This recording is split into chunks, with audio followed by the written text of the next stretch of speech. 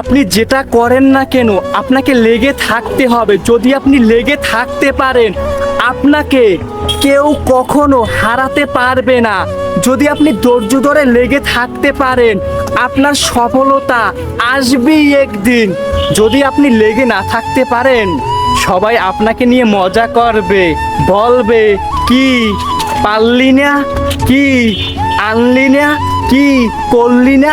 যদি আপনি ওখান থেকেই কিছু করতে পারবেন সবাই মাথায় হাত দিবে আর চেয়ে থাকবে আর আফসুস করবে আপনাকে দেখে। আপনি কেন মানুষকে দেখে আফসুস করবেন? মানুষ আপনাকে দেখে আফসুস করবে। দেখেন এখন আপনার খারাপ সময় যাচ্ছে, আপনি চেষ্টা করতে আছেন কিছু করার জন্য কিন্তু আপনি কিছু করতে পারতেছেন না। আপনাকে একটার উপরেই লেগে থাকতে হবে। প্রথমে আপনাকে এমন একটা কাজ বেছে নিতে হবে যেখান থেকে আপনি সফল হতে পারবেন, যেটায় আপনার মন বসবে, যেখানে বাধা আসলেও আপনি লেগে থাকতে পারবেন। তারপরে আপনি আপনার সব সময়টা আপনি ওখানেই দেন, আপনি ওখানে ইনভেস্ট করেন। দেখেন আপনি যেখানে আপনার সময়টা ইনভেস্ট করবেন আপনি ওখান থেকেই ভালো কিছু আশা করবেন। এখন হচ্ছে না, এখন কিছু পাচ্ছেন না, ভবিষ্যৎটা আপনার ওখান থেকে সুন্দর হবে।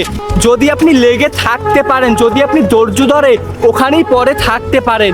দেখেন ভাই, আমরা কিন্তু কেউই শুরুতে সফল হতে পারি না। যে ব্যক্তি আজ বড় হয়েছে সেই ব্যক্তি কিন্তু আজকে শুরুতেই হয়নি। যে ব্যক্তি সফল হয়েছে ওই ব্যক্তি আস্তে আস্তে আস্তে আস্তে করে ওখানে পৌঁছাইছে।